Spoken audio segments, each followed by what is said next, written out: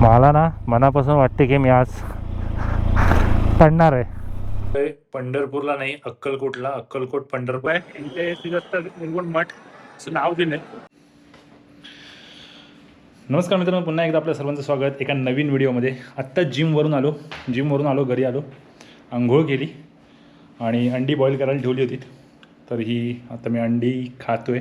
पण खूप दिवस माझा विचार चालला होता राईड करायला पाहिजे. पण जसं माझं हॉटेलचं सीझन संपलं, पावसाळा चालू झाला, राईड पूर्णपणे आधीपासूनच माझी बंद होती. म्हटलं सीझन संपला की राईड चालू करूयात. पण लगेचच मी जिम जॉईन केली. जिम जॉईन केल्याच्यानंतर जिमला जाणं, सकाळी उठून त्यानंतर डाएट करणं आणि झोपणं हेच माझं चालू होतं. मी म्हटलं कुठेतरी माझं काहीतरी चुकते. तर आपण राईडच्याकडे दुर्लक्ष करतो आहे, कुठे जाणं येणं होत नाही, फिरायला जाणं. आत्ताच माझ्याकडे वेळ आहे. नंतर पुन्हा परत जर सीझन चालू झाला ऑक्टोबर नोव्हेंबरला तर पुन्हा राईड बंद होतील. त्यामुळे हे 4 महिने आता माझ्याकडे राहिलेत, त्यातच मला राईड करायचे आहेत हे माझ्या लक्षात आलं. आणि लगेचच मी घरी आल्यानंतर विचार केला की कुठेतरी राईड करूया. खूप दिवस विचार चाललं होतं माझा, अगोदरपासून पण चाललं होतं की पंढरपूरला जायचं. तर ते होत नव्हतं प्लॅन.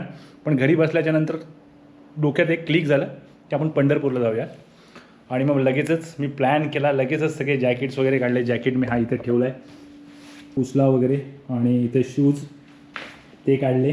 हा एक त्यामुळे भेटूयात आपण आता सध्या मोटो व्लॉगिंग सेटअपवरती. कारण पटापट इथून निघून मला गाडी वॉश करायची आहे. गाडी वॉश करून तिला लूप करायचं आहे आणि मग पेट्रोल भरून डायरेक्ट पंढरपूरला. भेटूयात मोटो व्लॉगिंग सेटअपवरती. तर मित्रांनो, फायनली मी इथून आता निघालो आहे. अजून मला गाडी वॉश करायची आहे, पेट्रोल भरायचं आहे. आणि आता टाईम झाला आहे बरोबर 1:30 वाजला आहे. 1 वाजता निघायचा प्लॅन केला होता मी, पण निघता 1:30 वाजला. अर्धा तास पुढे गेलो. थोडंसं नाश्ता पण करायचा होता आणि फायनली निघालो.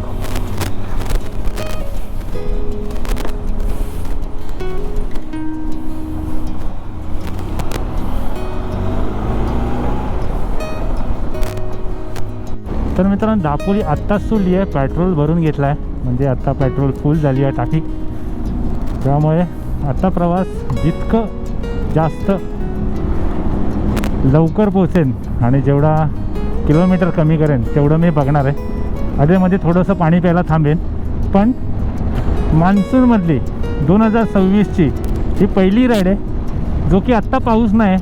पण दापोलीमध्ये नाही, मला माहीत नाही पुढच्या प्रवासात पाऊस मिळेल. पाऊस मिळाला तर खूप बरं होईल, कारण पाऊस असेल तर राईड करायला थोडी अजून मजा येते. मगाचपासून मला जी लोक रस्त्याने भेटत आहेत ना, ती सगळी पंढरपूरला चालत चालली आहेत. म्हणजे आत्ता इथून मला पंढरपूर आहे ना, जवळजवळ 93 किलोमीटर आहे. म्हणजे खूप खूप लोक भेटली. त्यातली ही पण आता ही जी चालली आहे ना, ही पण मला वाटतं की विठ्ठलाच्या याच्यासाठीच. सद्गुरू जय श्रीराम. हा बैलजोडी एक नंबर.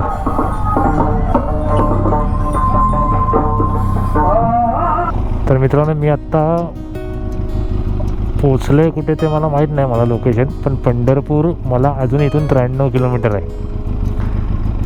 सोलापूर 163 किलोमीटर होतं की जे पंढरपूरला चाललेत. पण आता 2-3 मुलं इथे थांबली, तर त्यांना मी विचारलं तर ते म्हणले आम्ही पण पंढरपूरला चालू. खूप लोक येत आहेत पाठवून, भरपूर लोक येतात पंढरपूरला. मग किती दिवस लागतील तुम्हाला? 15 दिवस लागतात. अजून 15 दिवस, म्हणजे 93 किलोमीटरला 3 दिवसात जाऊ. आता 3 दिवसात जाल तुम्ही? अच्छा, ओके ठीक आहे. रामकृष्ण हरी. रामकृष्ण हरी. आता टाईम झाला आहे बरोबर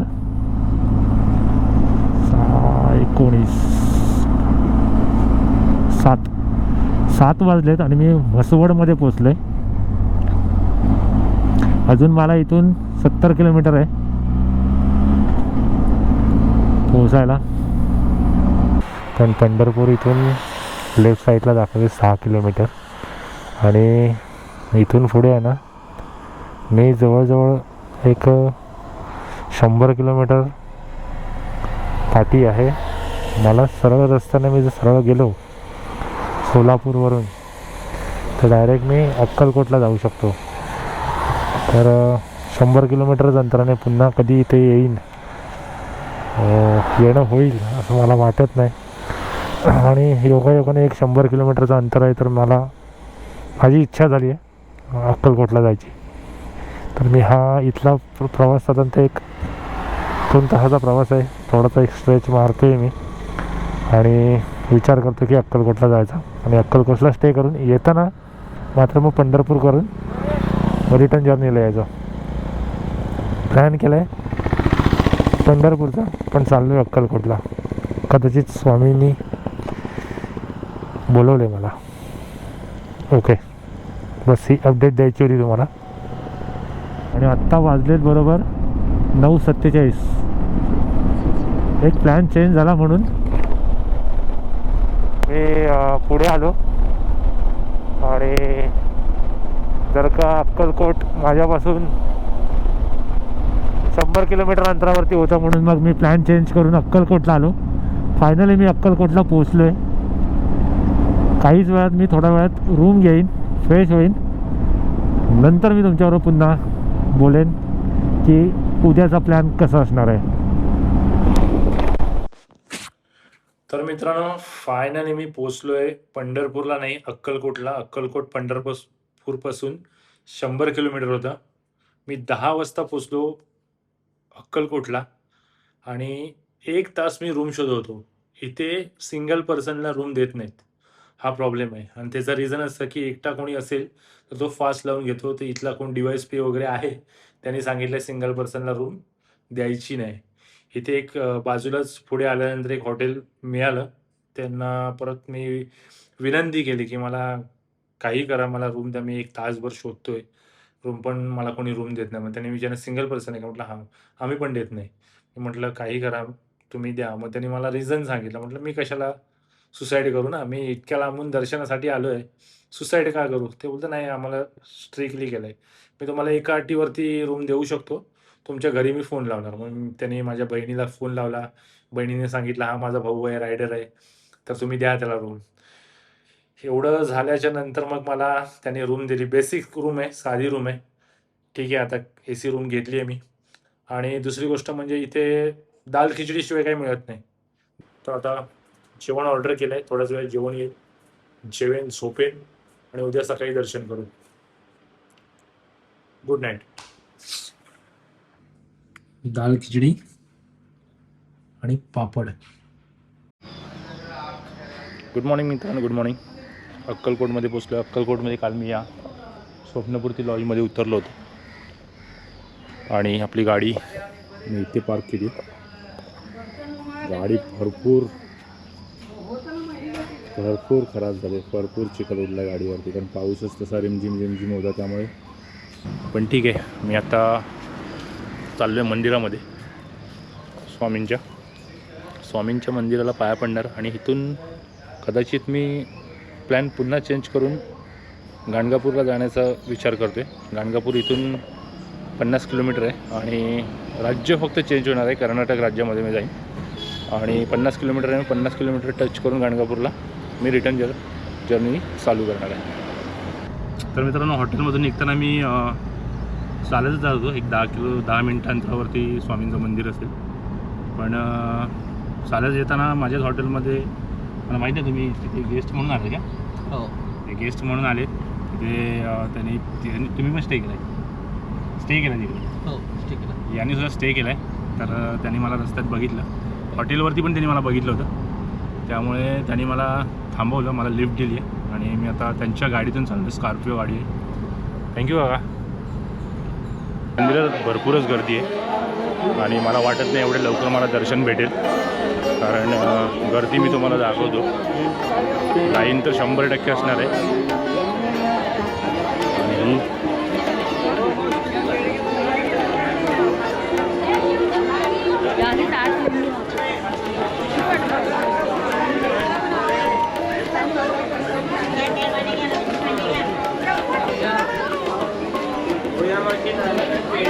माहीत नाही की आतमध्ये कॅमेरा अलाउड करतील नाही करतील, पण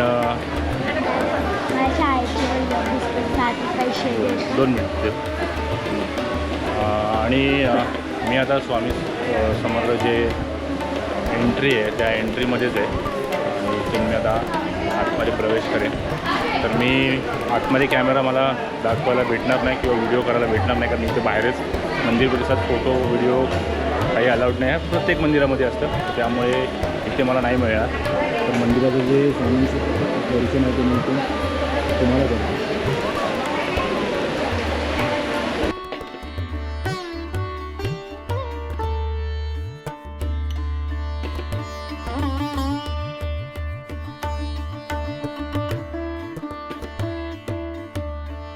मंदिरातून मी आत्ताच 5 मिनटं झाली बाहेर आलो. पुन्हा मी रूमवरती जातो आहे.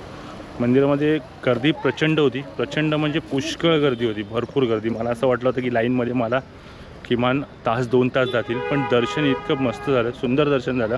5 मिनटामध्ये आतमध्ये गेल्याच्या नंतर लगेचच दर्शन झालं. दर्शन केलं आणि तिथून मी निघालो. मी आता चाललो आहे रूमवरती जाऊन पटापट निघणार आणि गाणगापूरसाठी निघणार लवकरात लवकर. आता टाईम झाला आहे, सकाळचे वाजलेत 9. अक्कलकोटवरून मी हॉटेलमधून चेकआउट केलं आहे. स्वप्नपूर्ती हॉटेल आहे, तिथून मी चेकआउट करून मी आता चाललो आहे गाणगापूरला. मला ना मनापासून वाटते की मी आज पडणार आहे 100%. किती सावरू, पाय दुखायला लागला, माझा गोळा यायला लागला पायात.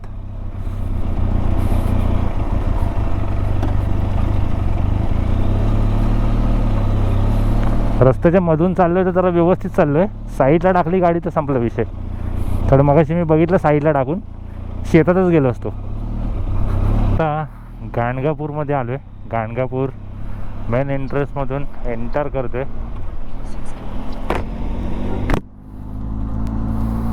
आता गाडी लावू इथे,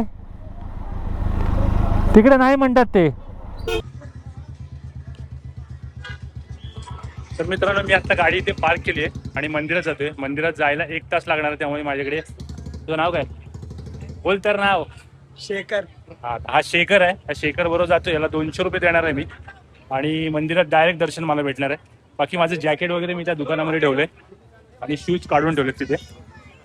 आपण इथे जॅकेट ठेवलंय. आपलं नाव कसं? श्रीपाद. ओके, चलो दादा, थँक्यू.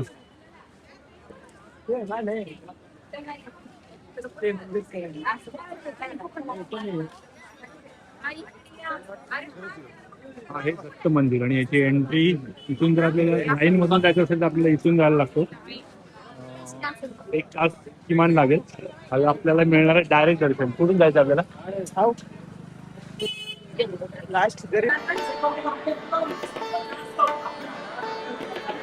गर्दी आहे ना, भरपूर गर्दी आहे. पण जसं अक्कलकोटवरती गेलो ना, अक्कलकोटला आपल्याला दर्शन पटकन झालं, तसं इथे दर्शन पटकन होत नाही. ते किमान 1 तास तरी लागतो. पण मी एका मित्राला 200 रुपये देऊन डायरेक्ट दर्शन घेतलं, त्यामुळे दर्शन माझं पटकन झालं. गर्दी भरपूर आहे, लाईन पण खूप आहे, खूप राऊंड मारून यावं लागतं. आता मी मेन एंट्रन्सच्या इथे उभं आहे. इथे श्रीदत्त निर्गुण मठ असं नाव दिलंय.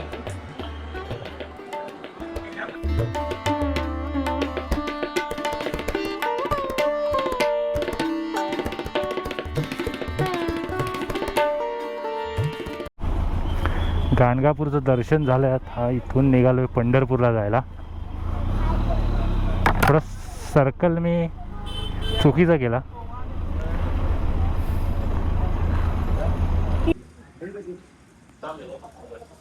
पंढरपूरचे 36 किलोमीटर अगोदर जेवायला बसले.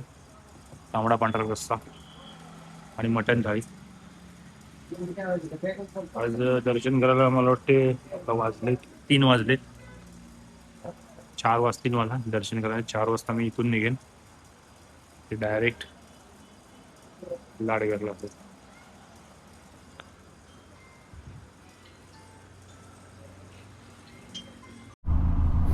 तर मित्रांनो, या अजिंक्य फॅमिली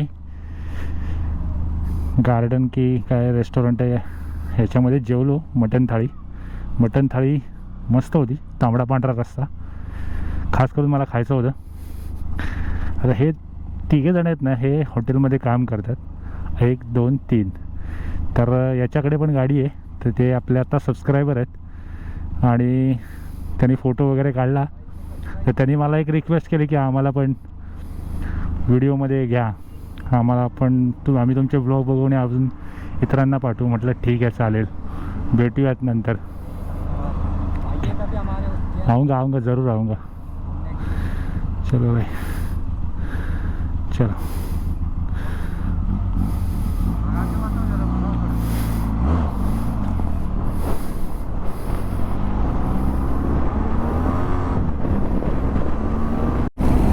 पंढरपूर मला अजून 29 किलोमीटर आहे. त्याच्या अगोदरच पाऊस जोरदार चालू झाला. मित्रांनो मी आत्ता आलोय पंढरपूरला. पंढरपूरला खूप गर्दी आहे, खूप म्हणजे खूप. पोलिसांचा बंदोबस्त पण एवढा आहे जबरदस्त.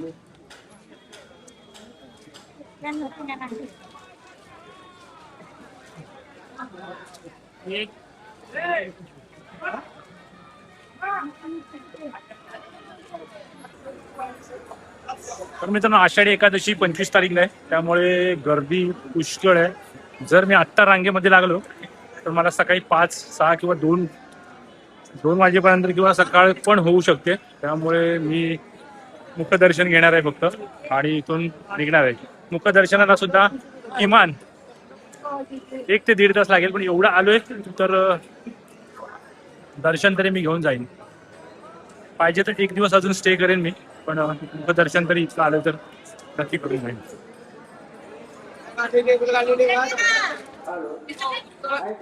बाबासाहेब भीमराव पाटील वाहन राहणार किंगा तालुका अंबड जिल्हा जालना. इथं नामदेव बाहेरपेक्षा मी तुमची वाट बघतो बरं का. बाबासाहेब पाटील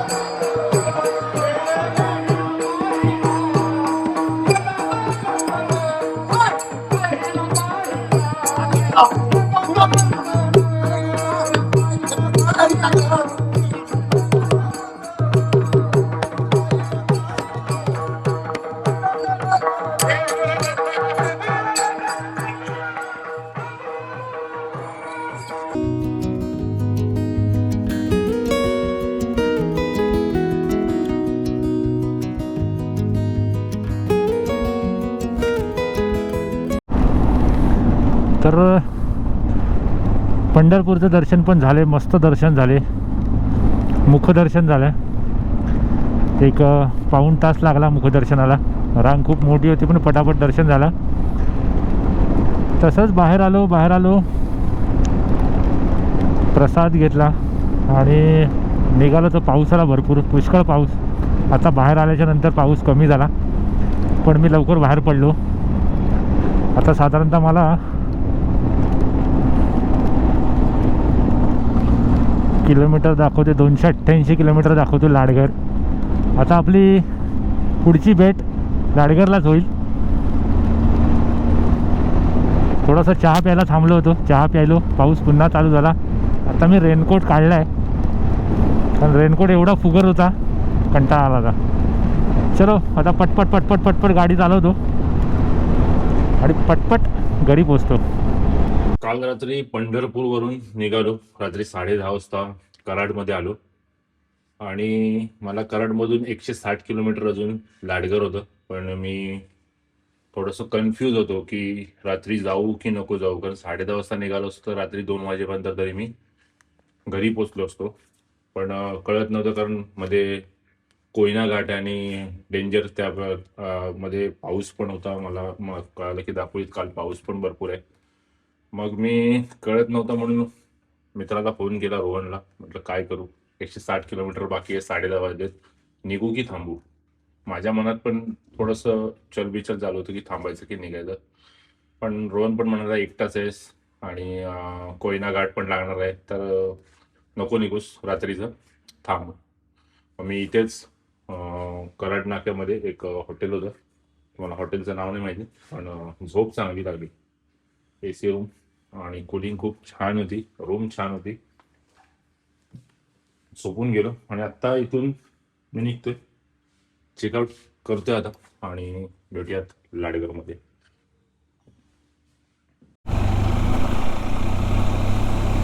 तर मित्रांनो, फायनली मी पोचलोय घरी लाडघरला.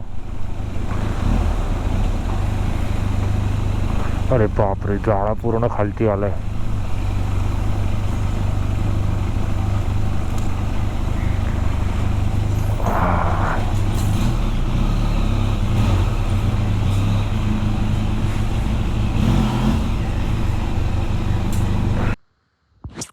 अक्कलकोट, गाणगापूर, पंढरपूर ह्या तिन्ही देवांचे दर्शन अतिशय उत्तम झाले. हे दर्शन करून मी आत्ता पोहोचलोय लाडघरमध्ये. ही व्हिडिओ मी इथेच करतोय समाप्त. तुम्हाला ही व्हिडिओ कशी वाटली याची प्रतिक्रिया कमेंट बॉक्समध्ये नक्की द्या. चॅनलवरती नवीन असाल तर चॅनलला सबस्क्राईब करा, लाईक, शेअर आणि कमेंट भरभरून द्या. भेटूयात नेक्स्ट व्हिडिओमध्ये. तोपर्यंत टाटा, बाय बाय.